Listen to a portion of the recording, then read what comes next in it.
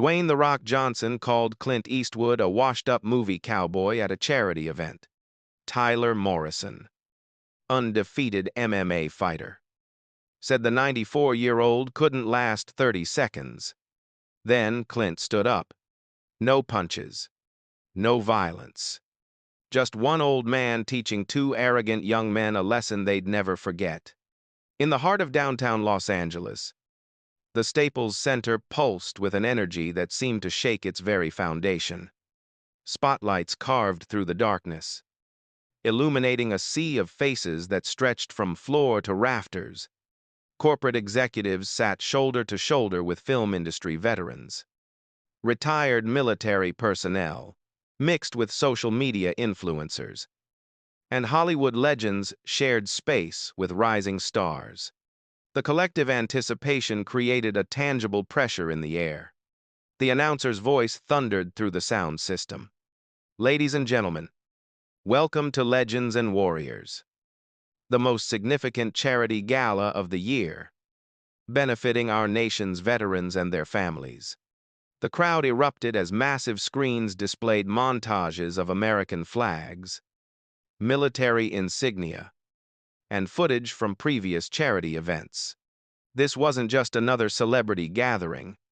This was an evening designed to bridge generations, to honor the past while celebrating the present. Michael Stevens adjusted his headset in the commentary booth, his weathered hands moving with practiced ease. A former Marine turned sports journalist, he had covered everything from Olympic boxing to underground fight clubs over 3 decades. There's something different about tonight. Patricia, he said to his co-commentator, when you gather this many icons under one roof, you're mixing philosophies, eras, and egos that can create either magic or disaster. Patricia Chen, a sharp-eyed analyst known for exposing corruption in professional fighting, nodded slowly. The question is whether everyone remembers why we're actually here. Charity has a way of becoming secondary when cameras start rolling. The lights dimmed suddenly, and familiar music exploded through the speakers. Pyrotechnics erupted around the entrance ramp in choreographed bursts of flame and smoke. If you smell what The Rock is cooking, Dwayne "The Rock" Johnson emerged through the smoke, arms spread wide, his massive frame backlit by strobes. At 52, he remained an imposing physical specimen. His entrance was pure theater, every step choreographed, every gesture calculated for maximum crowd response. This was a man who had mastered the art of commanding attention, transforming himself from wrestling icon to Hollywood's highest-paid action star through sheer force of personality. The arena exploded with recognition. Phones materialized in thousands of hands. The Rock didn't just walk down the aisle. He owned it, slapping hands with fans, flexing for cameras, pointing to children who screamed his name. He bounded up the steps with athletic grace, every movement designed to remind people why he was called the most electrifying man in entertainment. Standing center stage, microphone in hand, The Rock soaked in the adoration.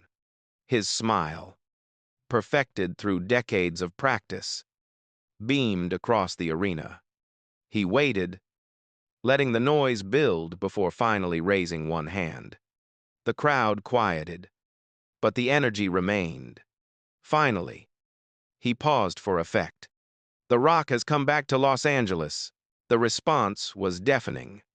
Even those who had heard the catchphrase 1,000 times responded with enthusiasm. Look at this incredible gathering, Michael Stevens observed. The Rock still commands a room like few others can. The Rock paced the stage with the swagger that had made him a cultural phenomenon. The stage was designed to accommodate both speakers and a specially constructed exhibition cage for the evening's planned mixed martial arts demonstrations. This is amazing, The Rock's voice boomed. The Rock looks around and sees greatness everywhere. Champions, Heroes, legends, all gathered to support the men and women who defended our freedom. He paused, his expression becoming more serious. The Rock knows something about fighting. Spent years in the ring. Went toe-to-toe with the best. But The Rock never had to fight for his country. That's a different kind of courage. And that's why we're here tonight. The crowd applauded. And The Rock nodded before his eyes began to scan the VIP section with theatrical deliberation. His gaze moved across familiar faces, then settled on a figure whose stillness commanded attention. Clint Eastwood sat in the front row of the VIP section, his posture perfect despite his 94 years. He wore a simple navy blazer over a crisp white shirt. No tie. Nothing flashy. His face, lined and weathered like driftwood shaped by decades, remained impassive beneath his shock of white hair. His eyes carried a weight, an authority earned through a lifetime of choices and an uncompromising code. The Rock's smile widened, something mischievous entering his expression. The showman sensed an opportunity. And speaking of legends, The Rock's voice took on a playful edge. The Rock sees that Clint Eastwood is in the house tonight. The spotlight swung to illuminate Clint, who acknowledged it with the slightest nod. No wave, no smile, no performance, just recognition and minimal response. The man with no name himself. The Rock continued. Dirty Harry, the cowboy who taught Hollywood how to squint and look tough. Laughter rippled through sections of the crowd, though it was uncertain laughter. People weren't sure if this was good-natured ribbing or something else. The Rock has always wondered something about Clint Eastwood, he said, leaning against the railing with casual arrogance. All those movies, all those tough guy roles, the squinting, the one-liners, make my day. Do you feel lucky? Punk? Classic stuff. Legendary performances. He paused, and the pause stretched uncomfortably. But here's what The Rock wonders. Were those performances? Or was that the closest Clint Eastwood ever got to an actual fight? The crowd's reaction was immediate and divided. Some laughed. Others gasped, sensing disrespect toward a man who had become an American icon. A few scattered boos began from the older sections. In the commentary booth, Michael Stevens straightened. That's crossing a line. Clint Eastwood is 94 years old. He's here to be honored, not mocked. Patricia Chen leaned forward. The Rock is playing a dangerous game. He might have just miscalculated his audience. The Rock pressed forward. Don't get The Rock wrong. The Rock respects the movie career.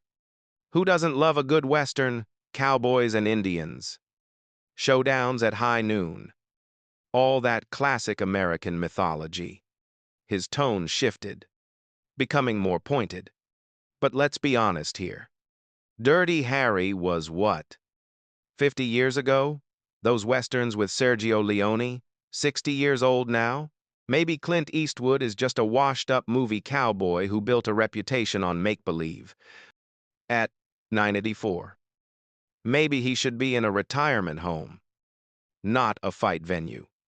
The boos grew louder now, competing with nervous laughter. The Rock had definitely crossed a line, and he knew it. But he was committed, confident in his ability to control the narrative through sheer charisma.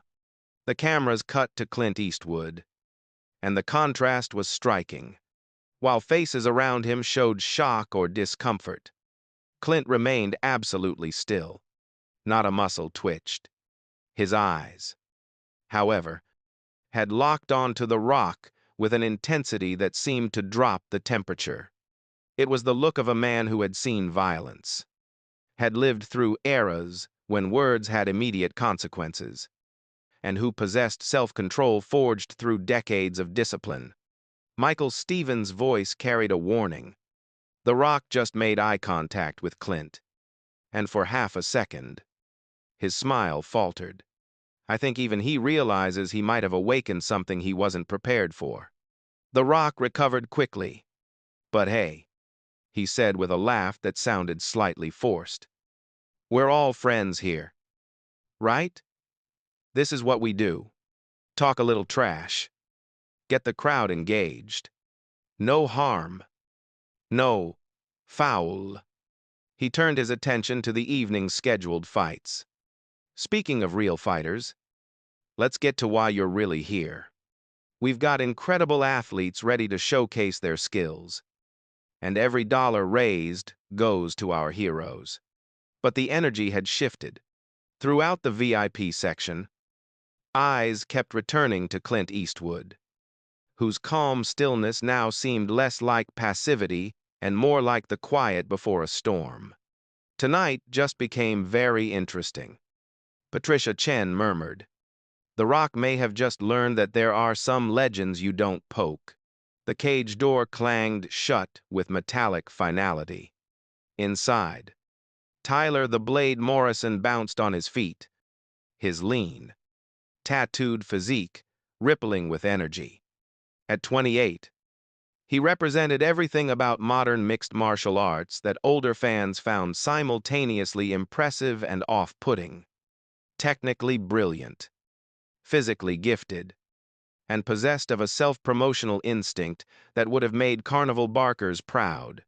Across from him stood Derek Ironside Sullivan, a 42-year-old veteran who carried the accumulated mileage of 100 fights in the scars on his face.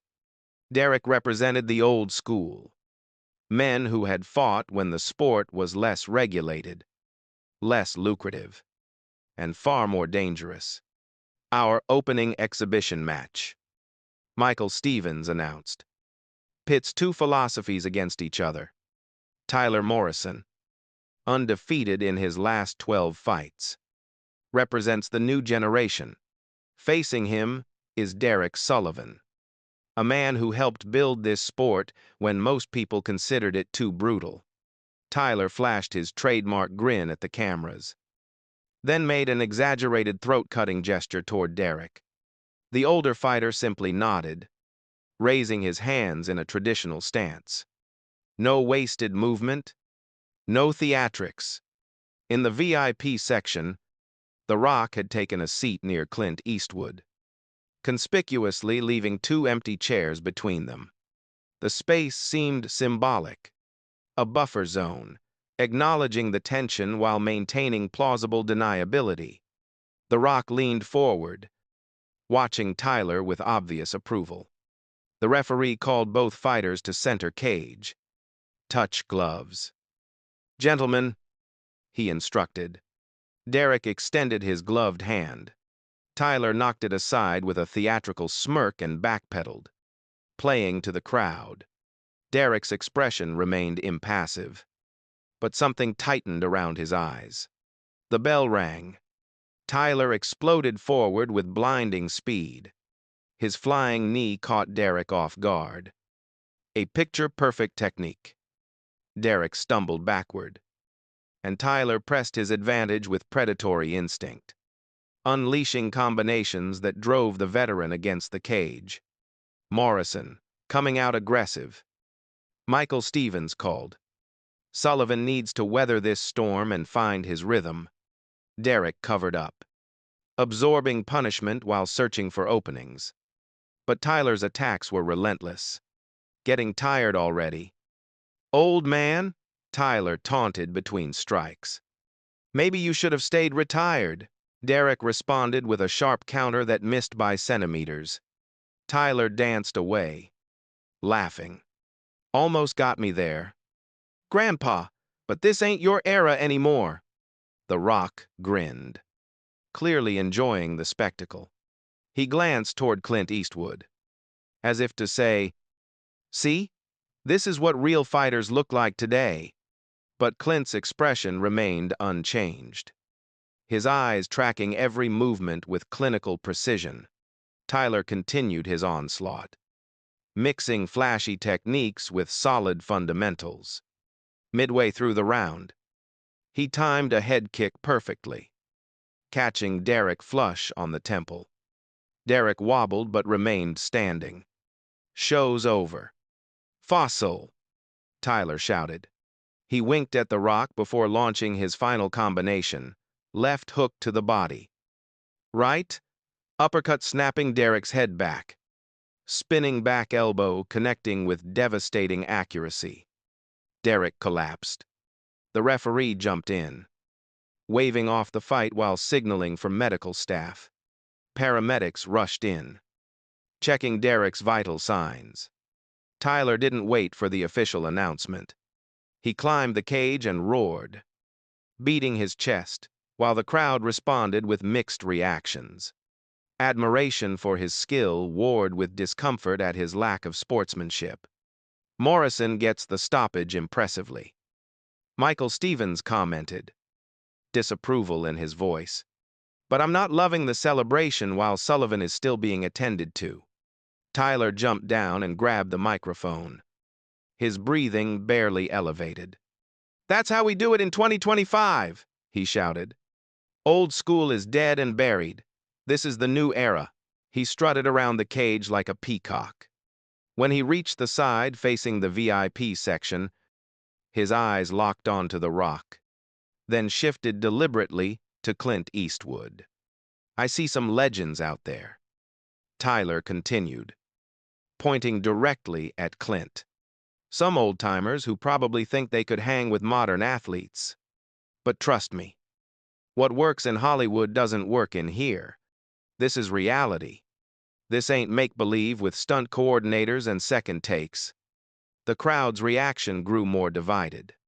Older audience members booed, while younger fans cheered Tyler's brashness. The Rock laughed and applauded. But Clint Eastwood remained motionless. Something subtle had shifted in his posture. Though, a minute straightening of his spine, a slight narrowing of his gaze. Tyler wasn't finished. "You know what's funny? These ancient tough guys with their old-timey reputations and their black-and-white movies, they were great for their time. Sure, but their time is over." He pointed at Clint again. "That cowboy sitting there, what was his big accomplishment? Pretending to shoot people with blanks, playing make-believe sheriff? That dude couldn't last 30 seconds with me. Hell, at 94. Someone should probably put him out of his misery." A murmur ran through the crowd like a physical wave, and this time the boos overwhelmed the cheers. Tyler had crossed from cocky to cruel. In the commentary booth, Michael Stevens shook his head. "That's not competitive fire. That's just disrespect. Tyler Morrison just showed his true character. And it's ugly." Patricia Chen leaned forward. "Look at Clint. He still hasn't moved. But something's different. Can you feel it?" As medical personnel helped Derek Sullivan from the cage, Tyler continued his victory lap. "Anyone else want to step up? Any other so-called legends think they can hang with the modern game?" He locked eyes with The Rock, who stood at the VIP section's edge. The Rock had helped create this energy with his earlier disrespect. Now Tyler was taking it further. The crowd sensed the escalating tension and began to fracture along generational lines. Some chanted "Tyler, Tyler," while others called out, "Show some respect." The Rock stepped forward with his microphone. The Rock appreciates the energy. This is what combat sports is about. Confidence. The next generation stepping up and taking what's theirs. He turned slightly, his body language deliberately excluding Clint while keeping him visible. Of course, some legends built their reputations in controlled environments, movie sets where everything is choreographed, rehearsed fights where you know who's gonna win before the director calls action.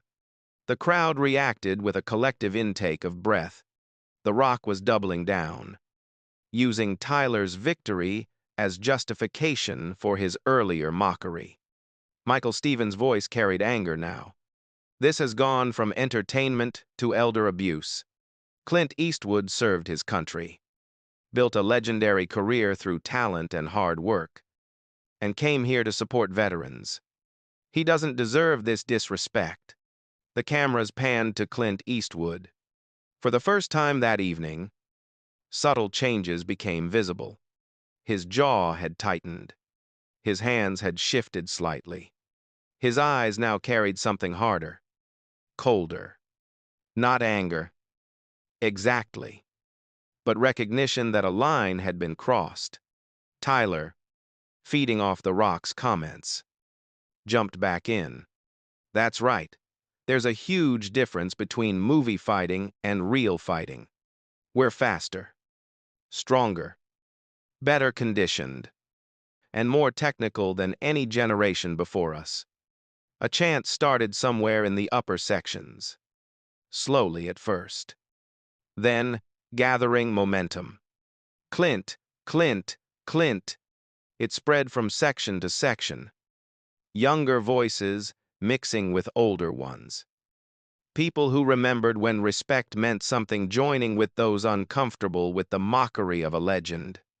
Clint! Clint! Clint! Tyler scoffed into the microphone. Y'all want to see Clint Eastwood in this cage? Trust me. You don't. It wouldn't be pretty. It would just be sad. An old man getting exposed for what he is. An actor who played tough on camera but never had to back it up in reality. The chanting grew louder, drowning out Tyler's words. Clint, Clint, Clint. All eyes turned to the 94-year-old legend sitting in the front row, who had yet to speak a single word or make a single unnecessary movement since the evening began. The atmosphere had completely transformed. Now it crackled with tension, with expectation, with the sense that something significant was about to happen. The Rock stood at the stage's edge, microphone still in hand, caught between playing to the crowd and maintaining control of the situation he had helped create. His charismatic smile remained. But new calculations worked behind his eyes. Tyler Morrison leaned against the cage, his confidence absolute. In his mind, this was victory. A viral moment that would play on every platform for weeks. But in the front row, something was stirring. Clint Eastwood, who had absorbed mockery and disrespect with the patience of stone, finally moved. It was subtle at first. A shift in his weight, a change in the set of his shoulders. The chant continued, building into a roar that seemed to shake the building's foundation. Clint! Clint! Clint! The cameras remained fixed on the icon, waiting. The entire arena held its breath. Even Tyler Morrison had stopped talking, suddenly aware that the energy had shifted beyond his control. And then, with the same deliberate economy of movement that had defined his life and career, Clint Eastwood began to stand. The simple action seemed to unfold in slow motion, each increment of rising carrying weight and meaning. His hands pressed against the armrests of his chair, his shoulders squared, his spine straightened with the posture of a man who had spent a lifetime refusing to bend. Around him, people instinctively leaned back, creating space. Security personnel froze mid-step, uncertain whether to intervene or simply bear witness. The chanting faltered, then stopped completely as every eye in the arena locked onto the legend. Clint stood at his full height now, and though he stood no taller than many men in the room, his presence seemed to fill the entire space. He adjusted the cuffs of his shirt with deliberate precision, a gesture that somehow carried more authority than any words could convey. His eyes, clear and cold as winter sky, fixed on the Rock with an intensity that made the younger man's theatrical confidence seem suddenly hollow. The message was wordless but unmistakable. The mockery had been noted. The disrespect had been measured. And now, choices would be made. The arena remained suspended in that moment. thousands of people collectively holding their breath, waiting to see what would happen when a living legend decided he had heard enough. The silence that followed Clint Eastwood's rising was not merely the absence of sound, it was a presence unto itself, thick and suffocating, pressing down on the arena like the weight of accumulated years and unspoken truths. Thousands of people sat frozen in their seats, phone cameras still recording, but hands trembling slightly, as if they sensed they were witnessing something that transcended entertainment and touched something deeper, something primal about respect and consequence. Clint stood motionless for a long moment, allowing the silence to stretch and deepen. His hands hung loose at his sides, neither clenched into fists nor completely relaxed. Just ready. His posture spoke of a lifetime spent understanding the geometry of violence, the space between men who might come to blows, the unspoken negotiations that happened in the seconds before action replaced words. In the commentary booth, Michael Stevens found himself leaning forward unconsciously, his 3 decades of professional detachment momentarily forgotten. "Ladies and gentlemen," he said quietly into his microphone, his voice carrying an unusual gravity. "I've covered fights in basement gyms and championship venues around the world. I've seen men square off for money, for pride, for survival. But I've never felt an atmosphere quite like this." Patricia Chen nodded slowly, her analytical mind working to process what her instincts were telling her. What we're witnessing isn't about physical confrontation. This is something else. This is about dignity, about a line being crossed, and a man deciding he won't let it stand. Clint took his first step forward, and somehow that single movement seemed to ripple through the entire arena. He didn't hurry, didn't posture or gesture. He simply moved with the deliberate economy of someone who had learned long ago that wasted motion was wasted life.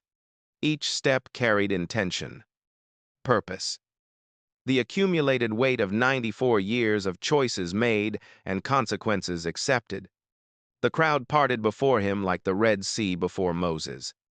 People in the front rows instinctively creating a path, though no one had asked them to move. They pressed back into their seats, eyes wide, creating a corridor of space that led from Clint's VIP seat directly toward the cage where Tyler Morrison still stood, his earlier bravado beginning to show cracks as he watched the legend approach. Security personnel exchanged uncertain glances, their training telling them to intervene, their instincts warning them that some forces couldn't be stopped by protocol.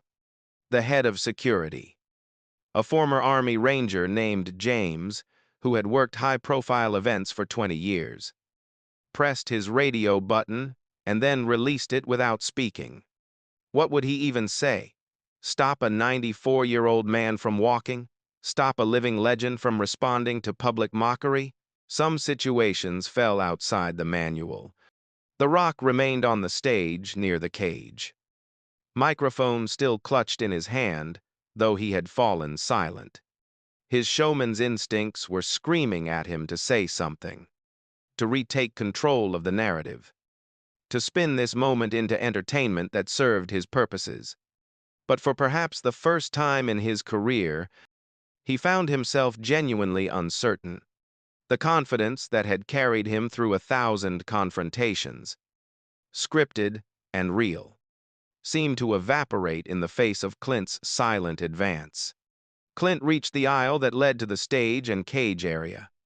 The distance was perhaps 50 feet, but it might as well have been the dusty main street of a western town at high noon. Every eye followed him. Every camera tracked his movement. The massive arena screens displayed his weathered face in high definition, showing every line, every year, every hard-earned piece of wisdom etched into flesh. Tyler the Blade Morrison stood at the cage, railing, watching Clint's approach with an expression that cycled between defiance and something that might have been recognition. He was young, talented, had never known a world where words didn't come cheap, where social media didn't provide a buffer between provocation and consequence. Now he was faced with the embodiment of a different era, a time when men settled their disputes face to face and lived with the results. "What's he gonna do?" Tyler said loudly, his voice carrying false bravado. "Challenge me? The dude's 94 years old. I could sneeze and knock him over." But his hands gripped the cage, railing tighter than necessary, and those watching closely could see the slight tension in his shoulders that betrayed his growing unease. Clint reached the base of the stage steps. He paused there, one hand resting on the railing, not from need, but from deliberation. His eyes swept across the cage, taking in its construction, the angles, the distances. Then his gaze moved to the rock, still frozen near the cage entrance. And finally, to Tyler Morrison, young and cocky, and about to learn something his trainers had never taught him. The climb up the steps was measured, unhurried. 8 steps separated the arena floor from the stage level, and Clint took each one with the same careful precision. Not the careful steps of frailty, but the careful steps of a man who had learned that everything mattered, that how you moved through the world said as much as what you said. When he reached the stage level, Clint didn't immediately approach the cage. He stood at the top of the steps, perhaps 20 feet from the cage entrance. And for the first time that evening, he spoke. His voice carried without amplification, cutting through the silence like a blade through silk. Rough and weathered, but carrying an authority that made people lean forward to catch every word.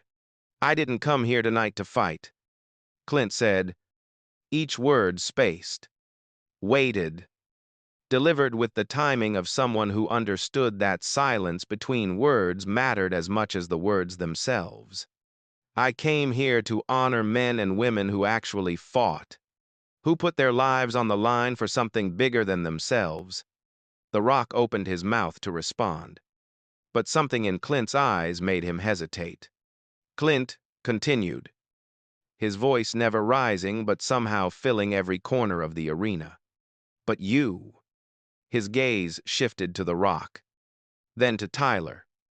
"You two seem to think you know what fighting is, what strength looks like, what it means to be a man." He took 3 steps forward, closing the distance to the cage. "So I'm going to give you a chance to back up all that talk. Not with stunts, not with show, with whatever you've actually got." The Rock found his voice, though it lacked its usual bombast. "Clint, look, this has all been in good fun. Entertainment. Nobody actually wants to see. Step out here," Clint said, cutting him off with the same flat authority a judge might use pronouncing sentence. His eyes, clear and cold, never wavered from the Rock's face. No cage, no referees, no cameras to play to, just you and me. Let's see if all that confidence is real or just performance." The crowd erupted, not with bloodlust, but with something more complex, a mixture of shock, approval, and the uncomfortable thrill of watching social norms shatter in real time. The chant started again, louder now, more insistent. "Clint, Clint, Clint!" Michael Stevens' voice carried professional concern, mixed with barely concealed satisfaction. The Rock has made a career out of controlling every situation through personality and presence. But Clint Eastwood just took all that away with a dozen words. Now The Rock has to make a choice. And every choice looks bad. The Rock stood there, microphone dangling from his hand, his massive frame somehow looking smaller. He glanced at Tyler, seeking support or distraction. But the young fighter was transfixed by Clint's presence. The Rock looked out at the crowd, searching for a lifeline, a way to spin this moment back under his control. "Come on, Clint," The Rock said, forcing a laugh that sounded hollow even to his own ears. "This is crazy. You're 94 years old. The Rock isn't going to fight you." "That would be cowardly," Clint offered, his voice still level, emotionless. "Yeah, it would be." The word hung in the air like a guillotine blade. The Rock, who had spent years building an image of unstoppable confidence, who had faced down opponents in wrestling rings and action movie sets, found himself genuinely rattled. Because this wasn't performance. This wasn't entertainment. This was a 94-year-old man calling him out for disrespect. And the entire world was watching. "You want to know the difference between you and me?" Clint said, taking another step forward so he stood just outside the cage entrance. "I don't talk about being tough. I don't pose and flex and tell everyone how strong I am. I just live my life. And when someone crosses a line, I deal with it." He gestured toward the cage door. "So here's your chance. Step out here. Show everyone that all that confidence isn't just an act. Prove that The Rock isn't just a stage name and a carefully managed image." The Rock's jaw tightened. He was trapped, and he knew it. If he walked away, he looked like a coward. If he stepped out to face a 94-year-old man, he looked like a bully. And if by some chance Clint actually could handle himself, The Rock would become a global laughingstock. There was no good move. Only degrees of bad outcomes. Patricia Chen leaned into her microphone. "What's fascinating here is that Clint Eastwood has created a no-win scenario for The Rock without raising his voice or making a single aggressive move. This is psychological warfare at its finest." Tyler Morrison, sensing an opportunity to regain the spotlight, or perhaps simply unable to tolerate being upstaged, rattled the cage door. "Forget him," Tyler called out, his voice too loud, too aggressive. Compensation for the uncertainty he was feeling. "Old man wants to pretend he's still relevant? I'll show him what modern fighting looks like. I'll do what everyone's too polite to do and put this fossil down." Clint's gaze shifted to Tyler, and the young fighter actually took an involuntary step backward. There was something in those eyes, something Tyler had never encountered in his years of trash talk and social media feuds. It was the look of a man who had seen violence, real violence, who had lived through eras when consequences came swiftly and permanently, who understood in his bones that death was always close and needed no invitation. "You think you're tough because you can beat up athletes in controlled environments," Clint said to Tyler, his voice carrying a new edge.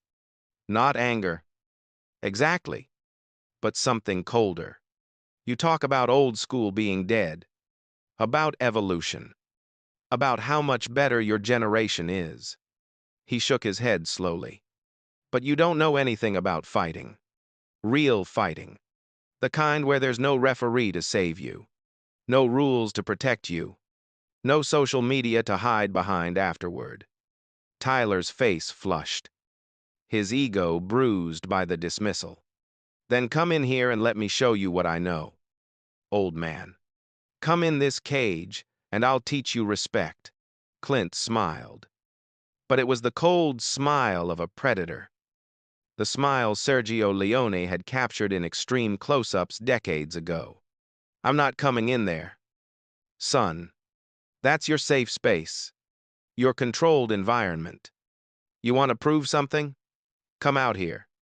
No cage, no rules. Just you and whatever you've actually got." The invitation hung in the air, and everyone in the arena understood its meaning. Inside the cage, Tyler had advantages. rules that governed where you could strike, how much force was legal, when the fight would be stopped. Outside the cage, there was only consequence. And something in Clint's bearing suggested he understood consequence in ways Tyler couldn't imagine. Security personnel moved closer now, forming a loose perimeter. Uncertain of their role, but needing to be ready, James, the head of security, spoke quietly into his radio. "We've got a situation developing. Need backup at the cage. But nobody moves unless I give the word. This is delicate." The Rock, watching this unfold, made a decision. He stepped forward, trying to insert himself back into the moment, to regain some measure of control. "Okay, everyone needs to calm down. This has gone too far. Clint, you've made your point. You're tough. Everyone respects that. But nobody actually wants to see. Step out," Clint said again, his eyes still on the Rock. Or shut up.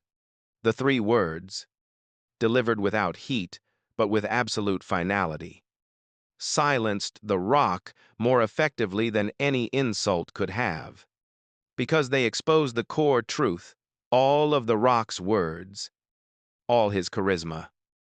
All his carefully cultivated image meant nothing in the face of someone who simply didn't care about any of it. In the front rows, celebrities and corporate sponsors shifted uncomfortably. This wasn't the evening they had signed up for. This was supposed to be controlled entertainment, photo opportunities, tax-deductible charity donations. Instead, they were watching something raw and unscripted unfold.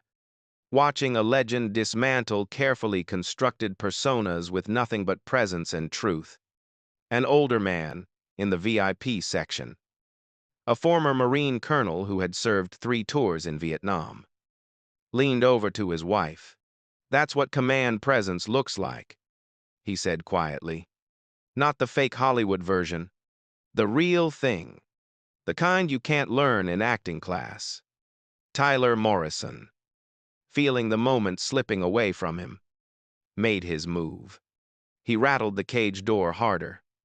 "Security. Open this door. If nobody else has the balls to put this old man in his place, I will. And I'll do it for free. Consider it a public service." The crowd's reaction was sharply divided now. Younger sections cheered Tyler's bravado, while older attendees booed the disrespect. But everyone leaned forward, transfixed. Because whatever happened next would be something they could tell their grandchildren about. Clint stood perfectly still, watching Tyler rattle the cage door like a caged animal. He didn't move forward or backward, didn't prepare to fight or defend. He just stood there, radiating a calm certainty that was somehow more intimidating than any aggressive posture could have been. "You want out of that cage?" Clint said, his voice carrying that same flat authority. "Then come out. Nobody's stopping you. But understand something before you do." He took one step closer to the cage, his face now just inches from the chain-link barrier. "I'm 94 years old. I've lived through wars, buried friends, made mistakes, and lived with them. I've got nothing to prove to you or anyone else. But you're young and stupid and think you're invincible because you've never met anything you couldn't beat." His eyes locked onto Tyler's, and there was something in that gaze that made several people in the front rows visibly uncomfortable. "So if you come out of that cage, if you put your hands on me, understand that I'm not going to fight fair. I'm not going to follow rules. I'm going to hurt you in ways that will make you think twice about every choice that led you to this moment." The words were delivered without emotion, without threat, simply as statement of fact. And somehow, that made them more chilling than any heated promise of violence could have been. Tyler's hand froze on the cage door latch, his mouth opened to deliver another insult. Another challenge. But something in Clint's eyes made the words die in his throat. For perhaps the first time in his cocky young life, Tyler Morrison was facing something his training hadn't prepared him for. A man who genuinely didn't care about winning or losing, only about teaching a lesson about respect. Michael Stevens spoke quietly into his microphone, his voice thick with an emotion he rarely showed on air. What we're watching isn't about fighting. It's about the death of something. The death of unchecked arrogance. The death of the idea that respect is optional. Clint Eastwood is drawing a line, and everyone here feels the weight of it. The Rock, still caught in his impossible position, tried once more to defuse the situation. Clint, listen. The Rock gets it. You're offended. You have every right to be. Let The Rock apologize properly. On behalf of both of us.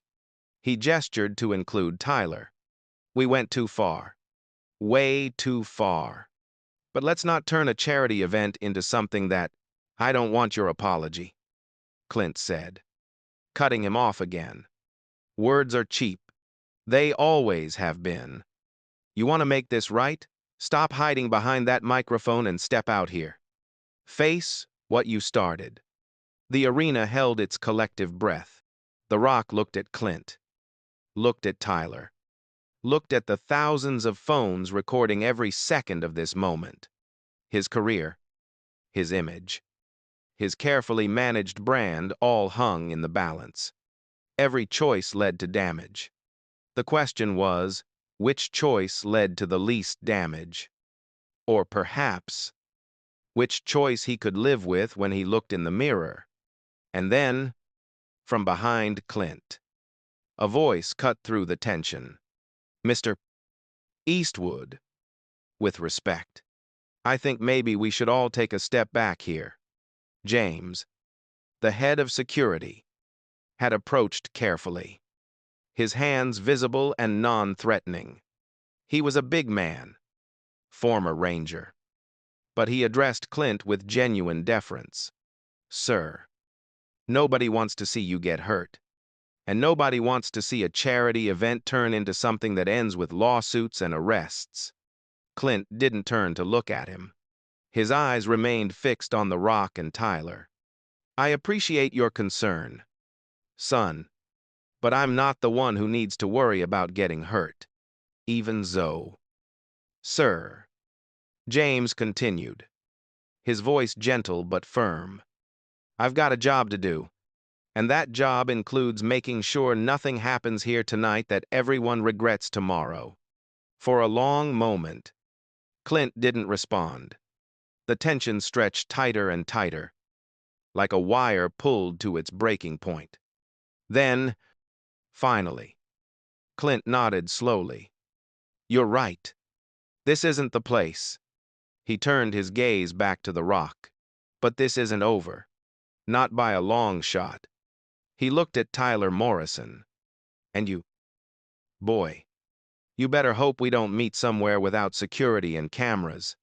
Because the next time you disrespect someone, you might not have people around to protect you from the consequences. The threat, delivered in that same flat, emotionless tone, carried more weight than any shouted promise of violence. Tyler's face had gone pale despite his attempts to maintain his cocky expression. Clint took one step backward, then another, creating space. But his eyes never left The Rock and Tyler. The message was clear. He was choosing to de-escalate, but he wasn't backing down. There was a difference. Clint, Clint, Clint. The chant started again, louder than ever, spreading through sections of the crowd until it seemed to shake the building's foundation. It wasn't the chant of people hungry for violence. It was something else. Recognition, approval, gratitude that someone, somewhere, still believed that respect mattered and disrespect carried consequence. But just as the tension seemed ready to break, just as security began to relax their stance, Tyler Morrison made the decision that would change everything. With a sharp metallic clang, he threw open the cage door. The metallic clang of the cage door opening seemed to echo forever in the vast space of the Staples Center, bouncing off walls and rafters, reverberating through the chests of every person present. It was the sound of a decision made. A line crossed. A moment from which there could be no retreat. Tyler the Blade Morrison stood in the doorway, one hand still gripping the chain link, his muscular frame silhouetted against the bright lights inside the cage. For a heartbeat, everything froze. Then Tyler stepped through. The young fighter moved with fluid confidence, his bare feet making no sound on the stage floor as he approached Clint. Fists clenched. Yav set. Every muscle coiled and ready. "You wanted me out?" Tyler said, his voice carrying false bravado. "Here I am, old man. Let's see if all that tough guy movie star reputation means anything in the real world." The crowd's reaction was sharply divided.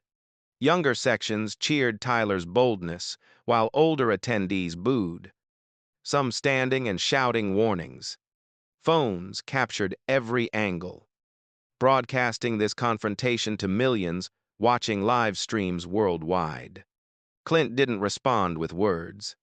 He simply adjusted his stance slightly, weight settling more evenly on both feet, hands still loose at his sides. To those who understood fighting beyond choreographed violence, his readiness was obvious. To Tyler, blinded by ego and certainty, Clint looked like an old man too stubborn to back down. James, the head of security, moved forward carefully. "Mr. Morrison, I need you to stop right there. Sir, please, step back into the cage. Stay out of this," Tyler snapped, not taking his eyes off Clint. This fossil asked for it. Now he's gonna get what he wanted. Clint's voice cut through the tension, low and steady. "I didn't call you out. Son, I called him out." His eyes shifted briefly to the rock, then returned to Tyler. "You're just a boy with something to prove, and you're about to learn the difference between confidence and wisdom." Tyler's face flushed with anger. "I'm going to enjoy this," he said, and launched himself forward. He came fast, professional, his left hand feinting high, while his right loaded for a body shot. His footwork was textbook perfect. His entire body, a weapon honed through thousands of hours of training. This was the attack that had finished Derek Sullivan and a dozen other opponents. Clint didn't block it, didn't counter it, didn't even appear to try. He simply stepped to his left. A small movement, almost imperceptible, shifting his body just enough that Tyler's loaded right hand whistled past his ribs by inches. Tyler's momentum, all that coiled power suddenly meeting empty air, carried him forward and off balance. His trailing foot caught awkwardly, and before his training could compensate, he stumbled. The crowd gasped. Those watching closely saw something beyond luck. They saw economy. They saw perfect timing. They saw an old man who understood leverage and momentum in ways that transcended modern training. Michael Stevens' voice carried wonder. "Did you see that?" Clint didn't fight Tyler's attack. He just wasn't there when it arrived. That's understanding born from decades of observation. Tyler recovered quickly, his athleticism undeniable. He spun back toward Clint. Embarrassment, fueling rage. "You got lucky. Old man, let's see you do that again."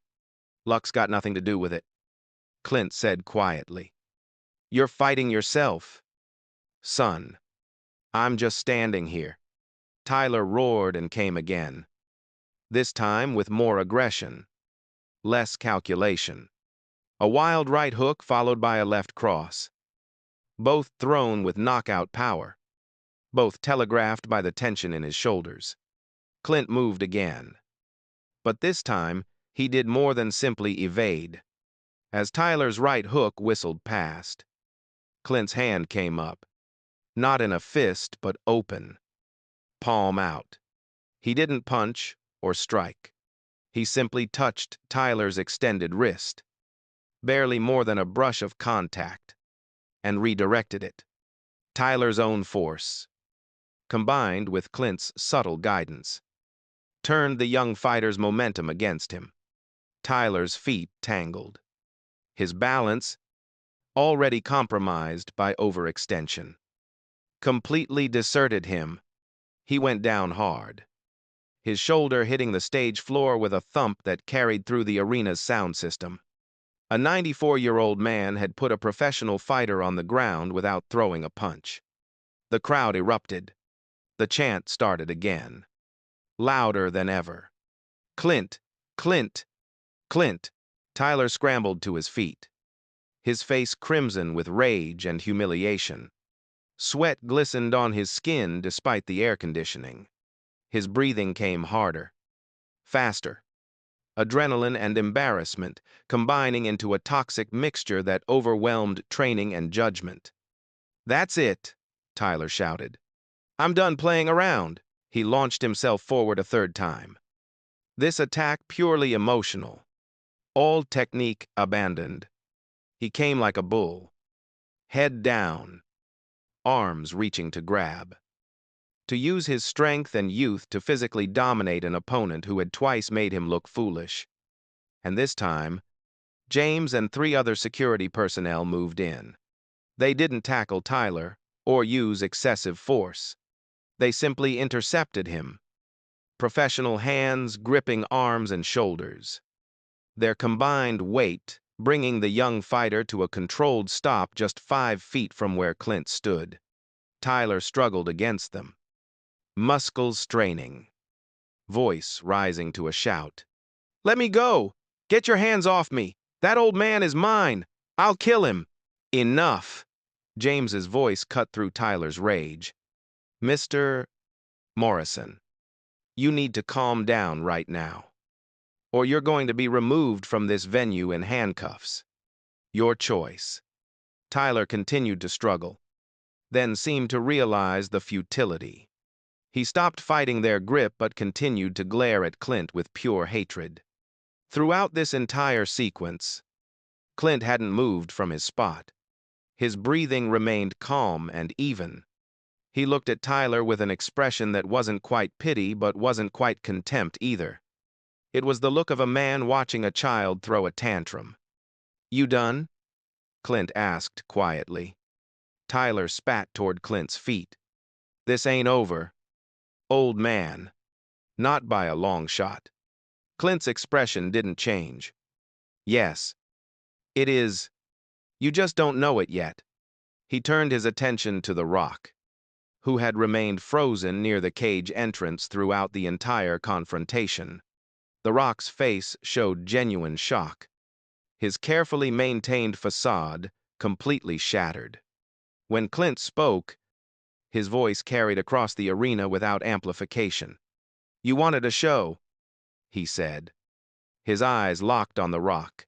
"You got one, but not the one you expected." He took a step toward the Rock, who instinctively took a step back before catching himself. "You stood up here tonight and mocked me, called me a washed-up movie cowboy, suggested I belonged in a retirement home. You turned an evening meant to honor veterans into a circus about your ego." The Rock opened his mouth, but no words came out. Clint continued, his voice never rising but filling every space.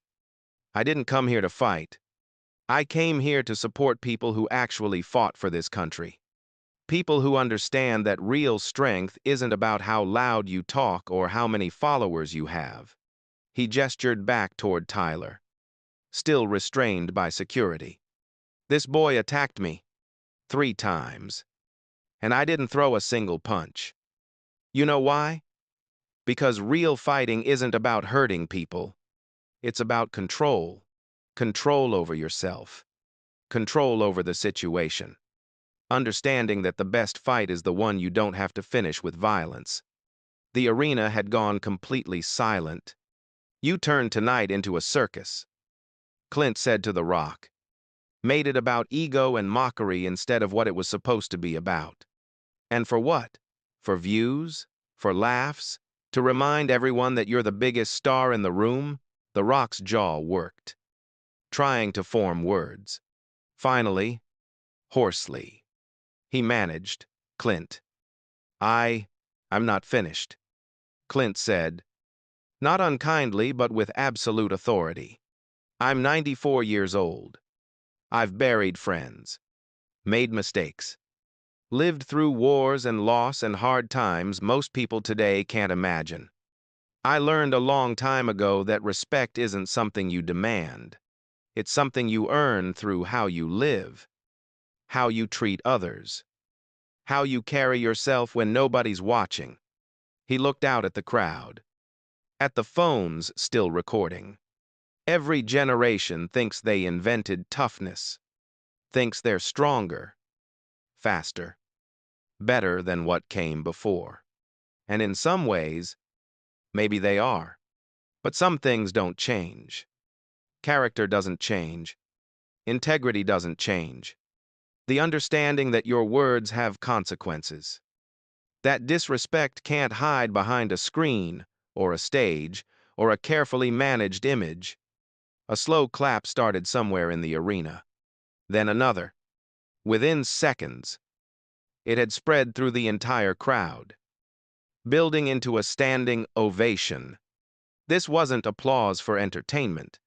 This was recognition, gratitude, the acknowledgement that someone, somewhere, still believed that certain values mattered. Clint waited for the applause to fade. I don't need anyone's apology. What's said is said. What's done is done. But I hope everyone here tonight learned something. Not just these two, but everyone, young and old, famous and unknown. He paused, his eyes sweeping across the arena. Real strength isn't loud. It doesn't need to prove itself. It just is. And when you mock someone for cheap laughs or social media attention, you're not showing strength. You're showing weakness. The weakness of someone who needs to tear others down to feel elevated. Patricia Chen's voice broke the silence, quiet and reverent. In 30 years of covering sports and entertainment, I have never seen anything like this. Clint Eastwood just gave a masterclass in dignity. Security began to escort Tyler Morrison toward the exit. As they passed near Clint, Tyler tried one more time to break free. This isn't over. You hear me? Old man, this isn't. It is for you, James said firmly. And the security team moved Tyler more forcefully toward the exit. His protests faded as they took him through a side door. His reputation destroyed. All because he couldn't control his ego. The Rock remained on the stage, microphone dangling from his hand, his entire persona seeming to shrink. He looked at Clint, really looked at him. Perhaps for the first time, seeing not a target for mockery, but a man who had earned every year of his life. Finally, The Rock raised his microphone with a trembling hand. I owe everyone here an apology. He paused, swallowing hard. Especially Mr. Eastwood. Clint stood silent, giving The Rock no help, no easy redemption. I came here tonight thinking I was untouchable. The Rock continued, thinking that because I'm successful, because I'm famous, that gave me the right to mock anyone, to tear down a legend for entertainment. He shook his head. I was wrong, dead wrong, and I'm sorry. Not just sorry I got called out. Sorry for what I said. Sorry for turning what should have been an evening honoring veterans into a spectacle about my ego. The crowd remained silent, neither accepting nor rejecting, simply bearing witness. The Rock turned to face Clint directly. "Mr. Eastwood, I don't expect you to forgive me. I just want you to know that tonight you taught me something I should have learned a long time ago. That respect isn't optional. That dignity matters. That some people have earned the right to be treated with honor." Clint studied The Rock for a long moment, then nodded once. A small gesture, barely perceptible, but carrying the weight of acceptance, not forgiveness. Perhaps not yet, but acknowledgement that The Rock's words had been heard and measured. "Words are easy," Clint said quietly. "Living by them is harder. But it's how you live from this moment forward that matters. Not what you said tonight." The Rock nodded, understanding the unspoken challenge. He had been given a chance at redemption, but it would have to be earned through action, not words. Clint turned to walk back toward his seat. The Rock's voice stopped him. "Mr. Eastwood, wait. Please." The Rock approached carefully, respectfully. "How do I make this right? Really make it right? Not just say the words?" Clint considered the question. "You've got a platform. Millions of people watch you, follow you, care what you think. Use it for something that matters. Stop making everything about being the biggest star in the room and start thinking about what kind of legacy you want to leave." He started to turn away, then added, "And maybe spend less time in front of cameras and more time talking to people who've actually lived. Veterans, teachers, people who did important work without needing applause. You might learn something." The words hung in the air as Clint walked back toward his seat. The crowd parted before him, the atmosphere reverent, grateful. As he took his seat, the applause began again, building until the entire arena was on its feet, not cheering for violence or spectacle, but for dignity, for wisdom. The Rock stood alone on the stage, facing an audience that had come to see him shine, and instead had watched him get dismantled by a 94-year-old man who had never raised his voice or his fist. The carefully constructed image of invincibility had cracked, revealing something more human underneath. Michael Stevens spoke into his microphone, his voice thick with emotion. "What we've witnessed tonight goes beyond sports or entertainment. This is about dignity confronting ego, about wisdom reminding arrogance that some things still matter." As the applause faded and people began to settle back into their seats, the evening's scheduled programming lay in ruins. But nobody cared. What had been planned as entertainment had transformed into something more meaningful.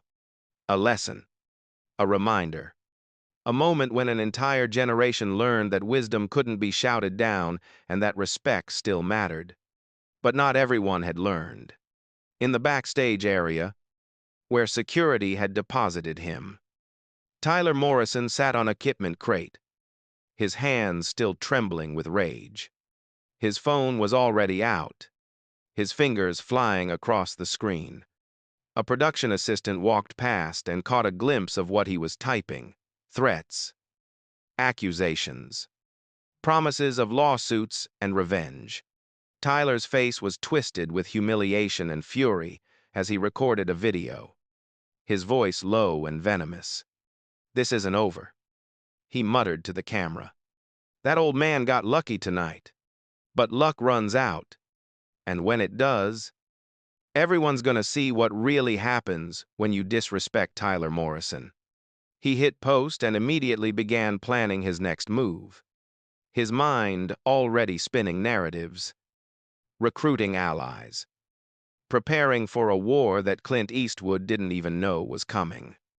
Back in the arena, Clint sat quietly in his seat, seemingly unaware of the storm gathering in the wings. His expression was calm, peaceful even, as if the confrontation had never happened. He had said what needed to be said, done what needed to be done, and now he was ready to let the consequences unfold as they would. The Rock watched him from the stage, a man caught between who he had been and who he might become, knowing that the real test wasn't what happened tonight, but what he would do tomorrow. And in the darkness beyond the cameras, in the spaces where consequences were born and reputations destroyed, Tyler Morrison's rage was just beginning to metastasize into something far more dangerous than a simple physical confrontation. The lesson had been taught, but whether it had been learned remained to be seen. Dawn broke over Los Angeles with the indifferent beauty it always carried, painting the sky in shades of amber and rose.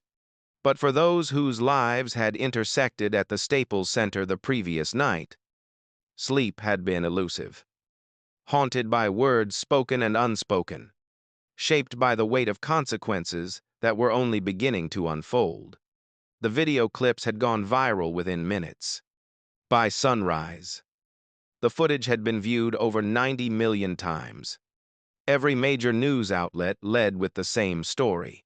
Legendary actor Clint Eastwood, at 94 years old, had faced down a professional MMA fighter without throwing a single punch, then delivered a speech about respect and dignity that had brought an entire arena to its feet. The charity event had achieved its goal beyond anyone's expectations, with donations pouring in at 10 times the projected rate. But in a modest hotel suite at the Beverly Hilton, none of that mattered to The Rock. He sat on the edge of an unmade bed, still wearing the same clothes from the night before, his phone face down on the nightstand where he had placed it hours ago. The silence felt oppressive. His entire team had called repeatedly, texting frantically, demanding to know his next move, how they should spin this, what statement he should release. He had ignored all of them. For the first time in decades, The Rock, the most electrifying man in entertainment, the master of narrative control, had no idea what to say. Every carefully crafted response his mind constructed felt hollow. Every potential statement sounded like damage control rather than truth. And after last night, after standing in front of Clint Eastwood and feeling the weight of genuine authenticity, hollow was no longer acceptable. He thought about the look in Clint's eyes. Not anger, not triumph, just certainty. The kind of certainty that came from knowing exactly who you were and not needing anyone's validation to confirm it. When was the last time The Rock had felt that? When was the last time he had allowed himself to be Dwayne Johnson? Vulnerable and uncertain and human, instead of The Rock. Invincible and untouchable? The answer frightened him. He couldn't remember. By mid-morning, he made a decision. He showered, changed into simple clothes, jeans and a plain black t-shirt, nothing branded or flashy, and dismissed his security detail. Then he got into his car alone, something he rarely did anymore, and began the drive north toward Carmel, where Clint Eastwood maintained a private residence.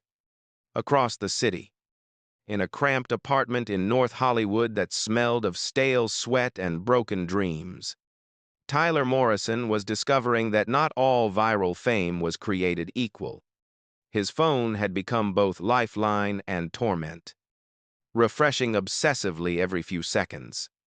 Views, shares, comments, all of it growing exponentially. But the content of those comments was not what he had expected or wanted. The video he had posted from backstage, his face twisted with rage as he promised revenge, had indeed gone viral. But instead of rallying support, he had become a joke, a meme, the punchline to 1,000 variations of the same observation. A professional fighter got embarrassed by a man 7 decades older without being hit. and his response was to make threats on social media. The comments were brutal. Bro got dropped by a senior citizen and thinks he's scary.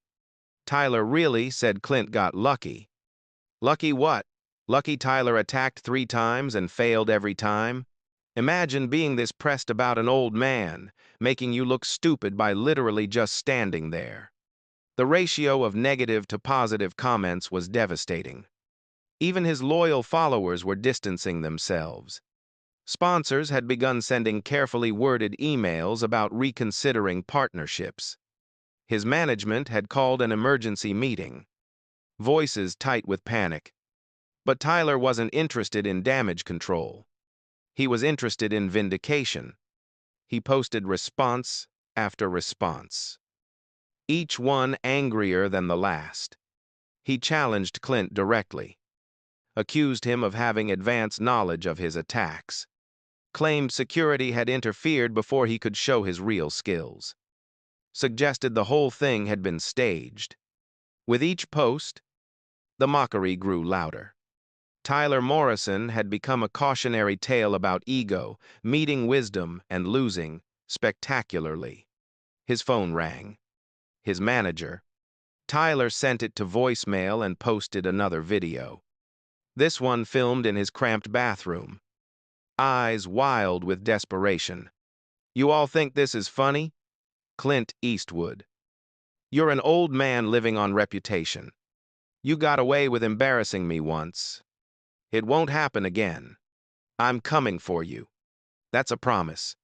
He hit post and watched the view counter climb, feeling savage satisfaction, even as a small voice whispered that he was making things worse. The drive to Carmel took several hours. The Rock spent them in silence. No music. No podcasts. Just the sound of the road and his own thoughts. He didn't rehearse what he would say, didn't plan his approach or craft talking points. For perhaps the first time in his professional life, he was going to have a conversation without a script. Carmel was everything Los Angeles wasn't: quiet, understated, beautiful in a way that didn't demand attention.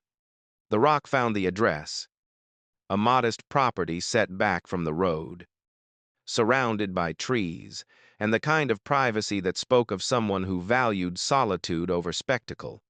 He parked at the end of the driveway, suddenly uncertain. Before he could overthink it, the front door opened. Clint Eastwood stood in the doorway, wearing faded jeans and a simple flannel shirt, looking exactly like a man who had been enjoying a quiet afternoon. "You planning to sit in that car all day? Or are you coming in?" The Rock got out slowly, approaching with more nervousness than he had felt before any premiere or championship. Clint held the door open. The interior was simple, functional, decorated with a lifetime of memories, but no ostentation. Photographs on the walls showed Clint through the decades, but nothing felt like a shrine to ego, just a life documented honestly. "Coffee?" Clint asked, already moving toward the kitchen. "Thank you." They sat at a worn wooden table, Clint with the ease of a man in his own space, The Rock with the discomfort of someone trying to figure out how to be genuine for the first time in decades. "I don't know why I'm here," The Rock finally said. Deciding honesty was the only path. "I mean, I know why. I need to apologize properly. Need to understand what happened last night. But I don't actually know how to do any of that." Clint sipped his coffee, his weathered face unreadable. "You're here because you got knocked off balance," he said. "Not physically. That boy Tyler did that to himself. But you got knocked off balance emotionally. Had your whole worldview shaken. And now you're trying to figure out if you want to climb back onto the pedestal you built, or if you want to do something different."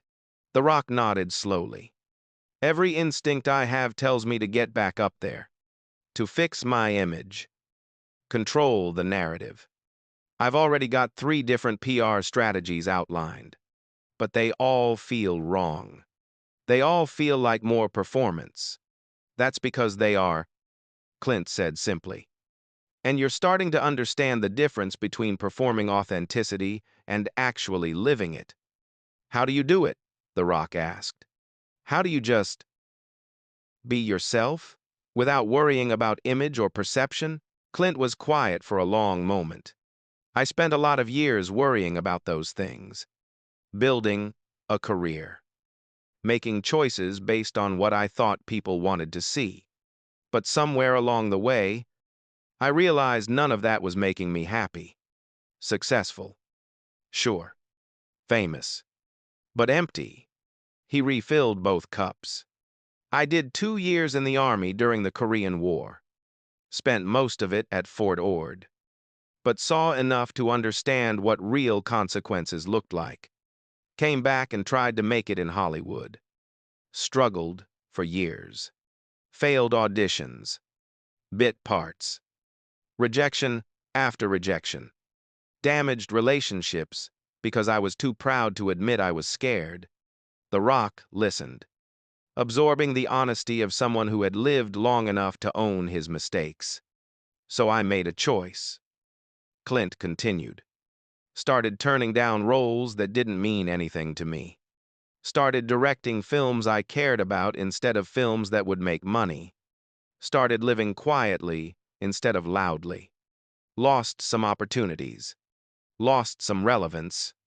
But I gained something more important. What? Peace. Clint said. The ability to look in the mirror and recognize the man looking back. The freedom to not care what some stranger thinks because I know what I think about me. The Rock felt something crack inside him. Some wall that had been holding back uncertainty and doubt. I don't know who I am without the performance. I don't know if there's anything there. There is, Clint said with certainty. There always is. But you're gonna have to stop long enough to find out. And that's the hardest part.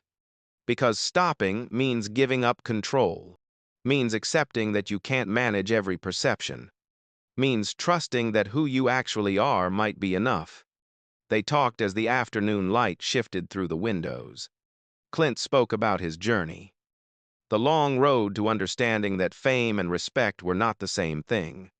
The Rock listened, not formulating responses, just absorbing wisdom from someone who had earned it. What do I do about Tyler? The Rock finally asked. He's spiraling on social media. Making threats. Part of me thinks I should reach out. But another part thinks he needs to learn this the hard way. Clint's expression grew serious. That boy is dangerous right now. Not because he's tough, but because he's desperate. Desperate people do stupid things they can't take back. He leaned forward slightly. Let me tell you something I learned a long time ago. Strength isn't in your fists. It's in knowing when not to use them. That boy thinks strength is about dominating people, about proving he's tougher than everyone else. He doesn't understand that real strength is about control. Control over yourself first, then the situation. Clint's eyes grew distant. I've been in fights. Real ones. Not choreographed movie fights. And I learned that the best fight is the one you walk away from. Not because you're scared, but because you understand that violence only proves you've lost control of everything else. The Rock absorbed this, understanding the weight of it. What if he comes after you? Clint smiled. A small, cold smile.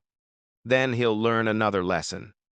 But I hope for his sake he's smarter than that. You can't save him from that, Clint added. Only he can make the choice to learn or to double down on his mistakes. And from what I saw last night, he's not ready to learn yet. As evening approached, the Rock prepared to leave. Clint walked him to the door. The sun was setting, painting the sky in brilliant oranges and purples. One more thing, Clint said. That platform you have.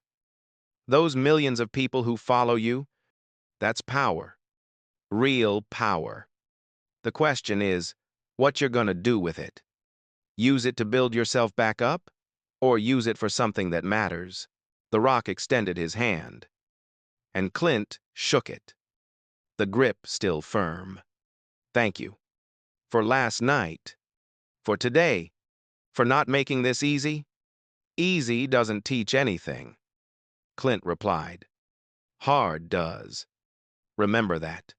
The drive back felt different. The Rock, or perhaps more accurately, Dwayne Johnson, felt lighter, as if a weight he hadn't known he was carrying had been lifted. He still didn't have all the answers. Still didn't know exactly who he was beneath the performance. But for the first time in a long time, he was ready to find out. He thought about Clint's words. Strength isn't in your fists. It's in knowing when not to use them. The philosophy was simple but profound. The kind of wisdom that could only come from someone who had lived through enough to understand the difference between power and control, between performance and authenticity. Back in North Hollywood, Tyler Morrison's apartment had grown darker as evening fell, lit only by the glow of his phone screen.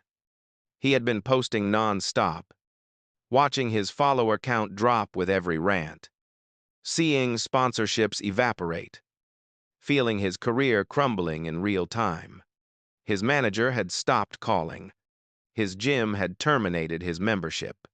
3 major fighting organizations had issued statements distancing themselves from his comments.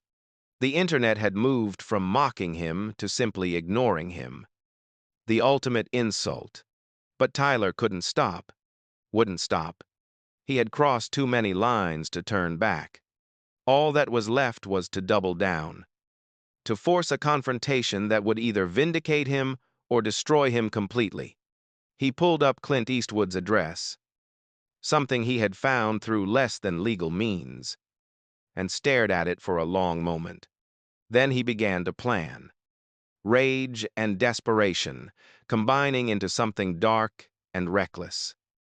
A storm-gathering force with no consideration for the destruction it might cause. The lesson had been offered. Wisdom had been shared. Paths forward had been illuminated. But some people, as Clint had observed, needed to learn things the hard way, and Tyler Morrison was about to discover just how hard that way could be. 3 days after the confrontation at the Staples Center, Tyler Morrison sat in his apartment, surrounded by the wreckage of what his life had become. Empty energy drink cans littered the floor. His phone, cracked from being thrown against the wall in a moment of rage, lay on the coffee table displaying a screen full of notifications he could no longer bear to read. The silence was deafening, broken only by the occasional sound of traffic from the street below. His social media accounts, once vibrant with tens of thousands of followers, had become ghost towns. Each new post received fewer responses, and those that did come were increasingly hostile or dismissive. The sponsors who had once courted him now sent terse legal letters through their attorneys. His management team had dropped him entirely after he refused to issue the public apology they had drafted, calling it weak and surrender. But Tyler wasn't interested in surrendering. He was interested in vindication. He stared at the address he had pulled up on his phone. Clint Eastwood's property in Carmel. The plan had formed slowly over the past 72 hours, refined through sleepless nights and endless replaying of that humiliating evening. He would drive there, force a confrontation away from cameras and security, and prove once and for all that the old man's victory had been nothing but luck and circumstance. By mid-morning, he was on the road north, his old pickup truck eating up the miles of Pacific Coast Highway. He rehearsed what he would say, how he would frame the challenge, imagining the look on Clint's face when he realized Tyler Morrison wasn't someone who just disappeared quietly into the night. The drive took 6 hours. Tyler arrived in Carmel as afternoon shadows were lengthening. The coastal town's quiet beauty, a stark contrast to the storm of emotions raging inside him. He found the address easily enough. A modest property set back from the road. Exactly the kind of understated place an old man, hiding from his faded glory, would choose. Tyler parked down the street, watching the house for signs of movement. He had expected guards, security systems, something that would require strategy to overcome. Instead, he saw nothing. Just a quiet house in a quiet neighborhood, as if the man inside had nothing to fear from the world. The arrogance of it enraged Tyler further. He got out of his truck and approached the property, his heart pounding not with fear but with anticipation. This was it, the moment he would reclaim his reputation, prove his strength, show everyone who had mocked him that Tyler Morrison was not someone to dismiss. He reached the front door and knocked, each strike deliberate and loud. No response. He knocked again, harder this time. Still nothing. "I know you're in there." "Old man," Tyler called out, his voice carrying across the quiet street. "Come out and face me like a man, instead of hiding behind locked doors." A curtain moved in a neighboring house. Someone was watching. Good. Let them watch. Let them see what happened when Tyler Morrison was given a real opportunity. Not the staged circus at the Staples Center. The door opened. But it wasn't Clint Eastwood who stood there. It was a woman in her 60s, silver-haired and composed, with the kind of presence that suggested she had seen too much in life to be intimidated by an angry young man on her doorstep. "Mr. Eastwood isn't here," she said calmly. "And even if he were, he wouldn't have anything to say to you." Tyler's face flushed. "Where is he? When's he coming back? That's none of your concern. I'm going to ask you once, politely, to leave this property. If you don't, I'll call the police. I drove 6 hours to get here. I'm not leaving until I talk to him." The woman's expression didn't change, but something hardened in her eyes. "Then you'll be talking to the police instead. Your choice." "Mr. Morrison." She knew his name. Of course, she did. Everyone knew his name now, but not for the reasons he had wanted. He was famous, but as a punchline, a cautionary tale. The fighter who got embarrassed by a man old enough to be his great-grandfather. Tyler stood there for a long moment, fists clenched, mind racing through his options. He could force his way past her, search the house, find Clint wherever he was hiding. But even in his rage-fogged state, some part of him understood that path led nowhere good. Assault charges, restraining orders, more humiliation piled onto what he'd already suffered. He took a step back, then another. "Tell him I was here. Tell him Tyler Morrison doesn't forget. Tell him this isn't over. I'll tell him you were here," the woman said. "But it is over. Young man. You just haven't accepted it yet." She closed the door quietly, the soft click of the latch somehow more devastating than if she had slammed it in his face. Tyler walked back to his truck, feeling the weight of eyes from neighboring houses watching his retreat. He sat behind the wheel for a long time, staring at the house where Clint Eastwood wasn't, feeling something inside him begin to crack. The drive back to Los Angeles was longer than the drive up had been, each mile a meditation on failure. By the time Tyler reached his apartment, exhaustion and something that felt dangerously close to despair had settled into his bones. He pulled up his social media one more time and began typing. Not with rage this time, but with the desperate need to explain, to justify, to make someone understand. Drove to Carmel today to confront Clint Eastwood. Man wasn't even there, hiding from the truth. hiding from a real challenge. This whole thing has been a setup from the start. They're trying to destroy me because I represent everything they fear. The new generation that won't bow down to has-beens living on faded glory. He hit post and waited for the responses. They came quickly, but not with the support he craved. Bro literally drove to an old man's house to fight him and calls it brave. This is getting pathetic. Someone needs to get this guy some help. Tyler Morrison's redemption arc speedrun. Denial. Anger. Stalking. What's next? The comments multiplied. Each one a small knife, finding gaps in armor that was already shattered. Tyler read them all, unable to stop himself, watching in real time as the internet moved from mocking him to pitying him, which was somehow worse. His phone buzzed with a call from an unknown number. Against his better judgment, he answered.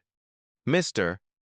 Morrison, this is David Chen from the California State Athletic Commission. I'm calling to inform you that we've received multiple complaints regarding your conduct following the incident at the Staples Center. We're launching an investigation, and pending its outcome, your license to compete may be suspended. Tyler's stomach dropped. You can't do that. I haven't done anything illegal. The commission takes seriously any behavior that brings discredit to the sport of mixed martial arts. Threatening a civilian. Attempting to instigate confrontations outside sanctioned events. These are violations of your licensing agreement.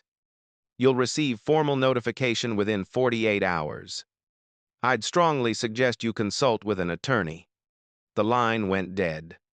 Tyler sat in silence, the phone still pressed to his ear, and finally allowed himself to acknowledge what he had been avoiding for 3 days. It was over. Not just his attempt at revenge, but everything. His career, his reputation, the future he had imagined for himself.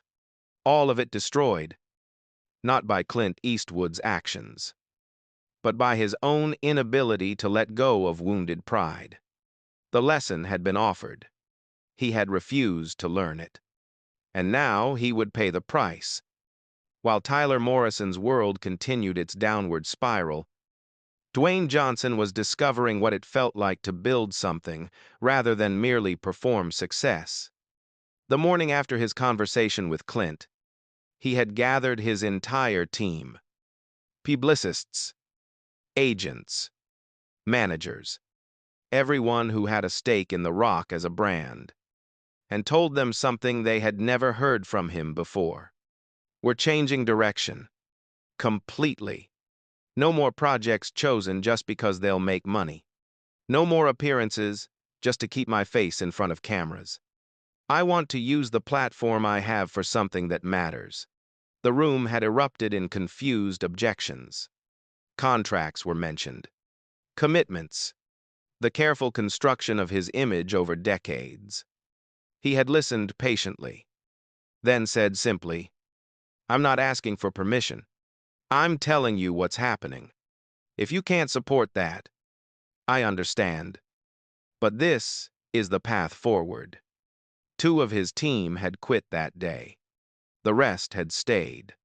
Warily optimistic, or perhaps just unwilling to walk away from the paychecks that came with managing one of Hollywood's biggest stars.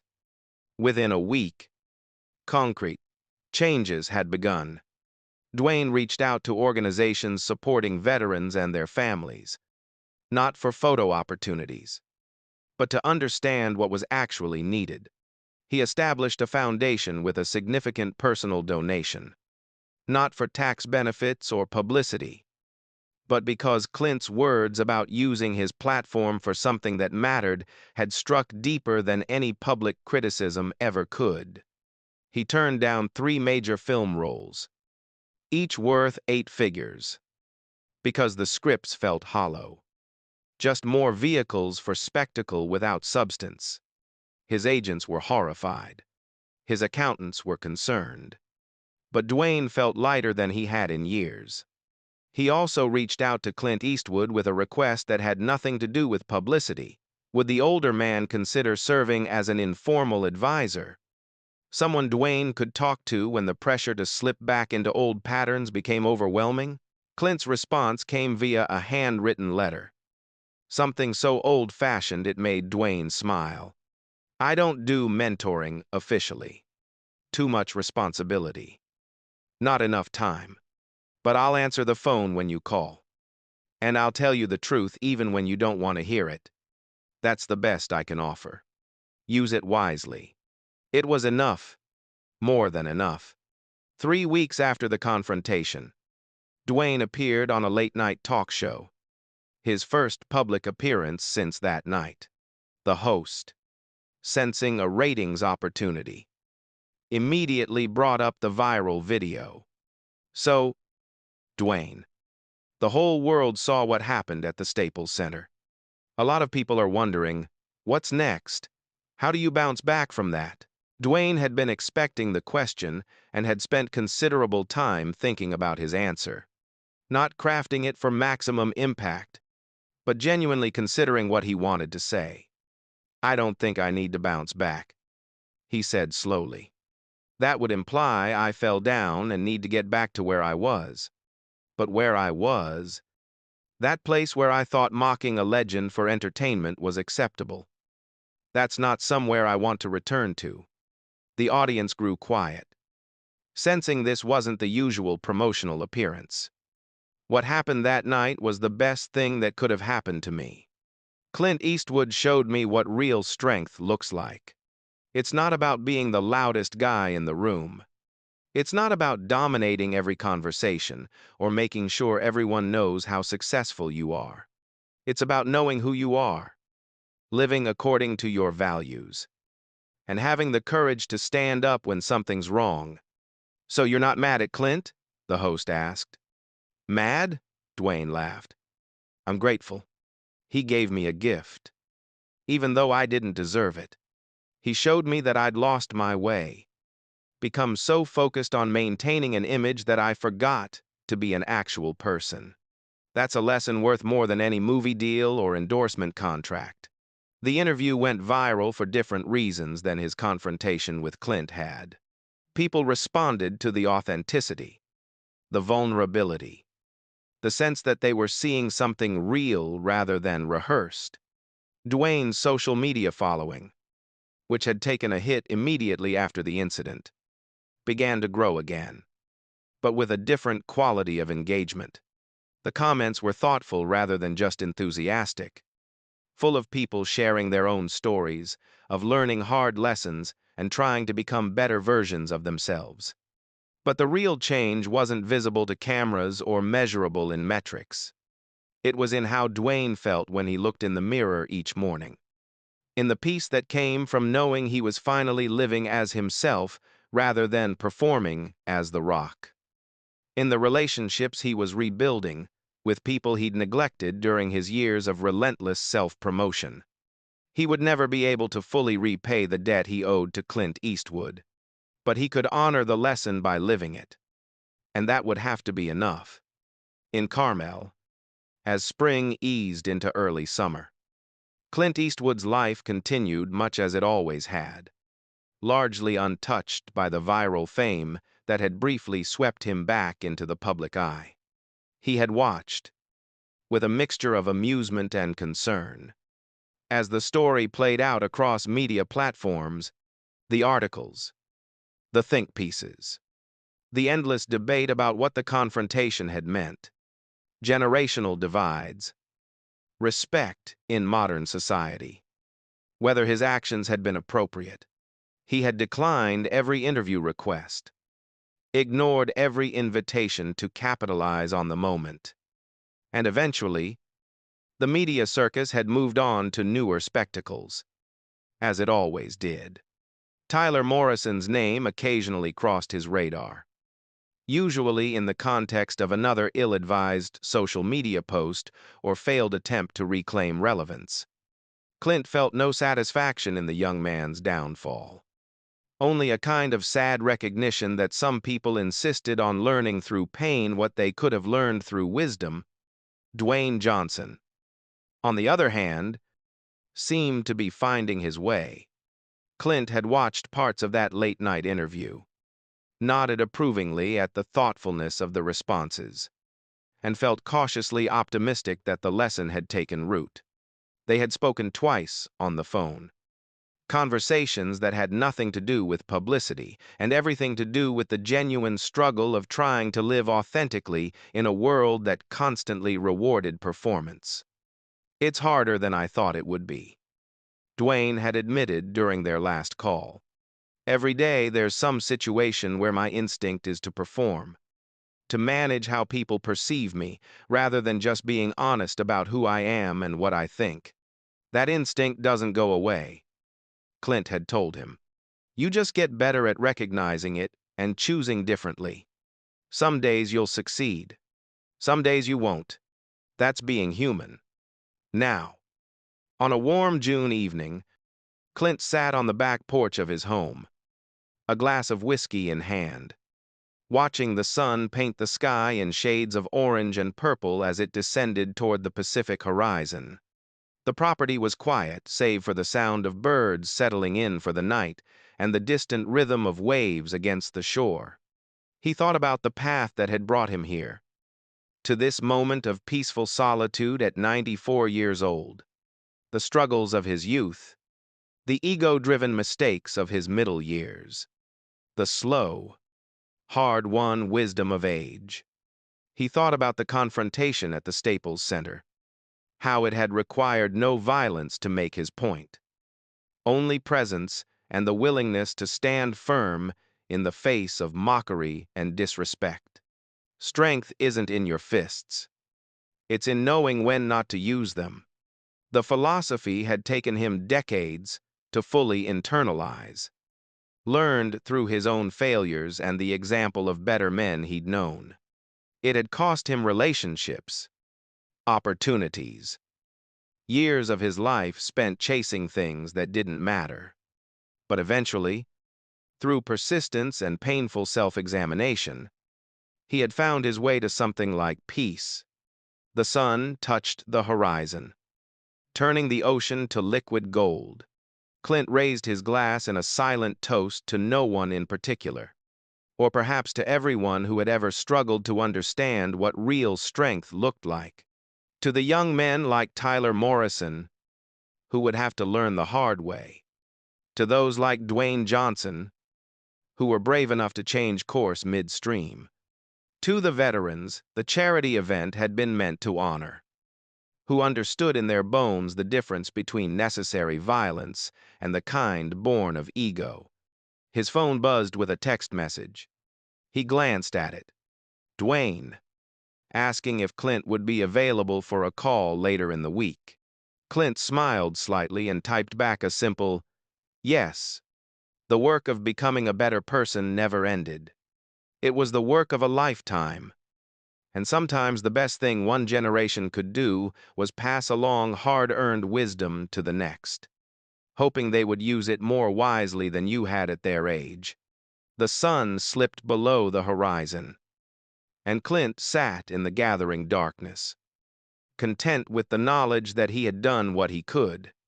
The rest was up to them. In the months that followed, the story of what happened at the Staples Center became something of an urban legend, retold and reshaped with each iteration.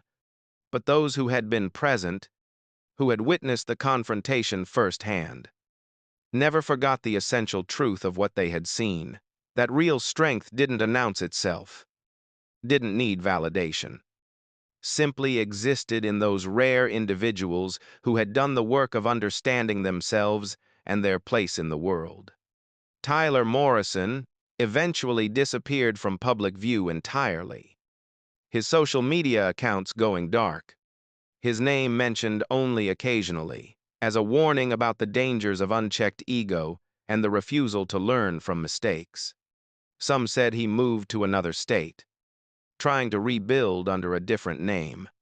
Others claimed he was still in Los Angeles, working construction, and living quietly with the burden of what might have been. No one knew for certain, and eventually, people stopped wondering. Dwayne Johnson's transformation proved more durable than the cynics had predicted. The foundation he established became a significant force for good, supporting veteran reintegration programs and youth education initiatives with substance rather than just celebrity endorsement. His film choices changed, gravitating toward stories with meaning, roles that challenged rather than just entertained. He would never fully escape being The Rock. That larger-than-life persona had been too successfully cultivated. But he learned to balance it with authenticity, to let people see Dwayne Johnson alongside the carefully constructed image. And when asked, in interviews or casual conversations, about the night at the Staples Center, he was always honest. It had been the moment he stopped performing his life and started living it. Clint Eastwood, true to form, gave no interviews about the incident, wrote no memoir chapters about the confrontation, sought no credit for the lessons taught or the lives changed.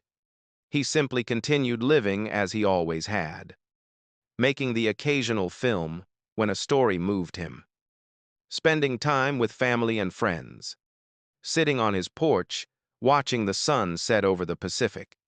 He had said what needed to be said that night, done what needed to be done. The rest, the consequences and applications and interpretations, belonged to others. He had learned long ago that the truest strength was in knowing when to speak and when to let your actions suffice, when to engage and when to simply return to the quiet, unglamorous work of living well.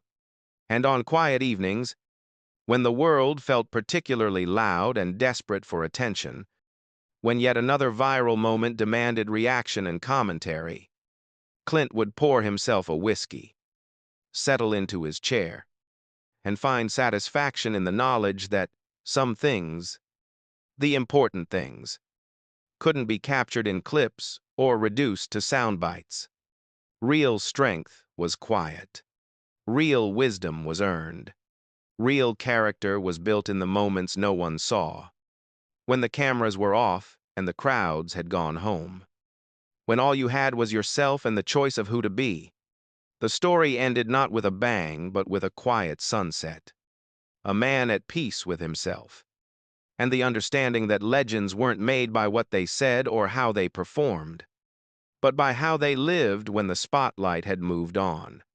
In the end, that was the lesson worth learning, that the best life was one lived authentically, with courage and principle and the quiet certainty that came from knowing yourself completely. Everything else, the fame and the fortune and the viral moments, was just noise.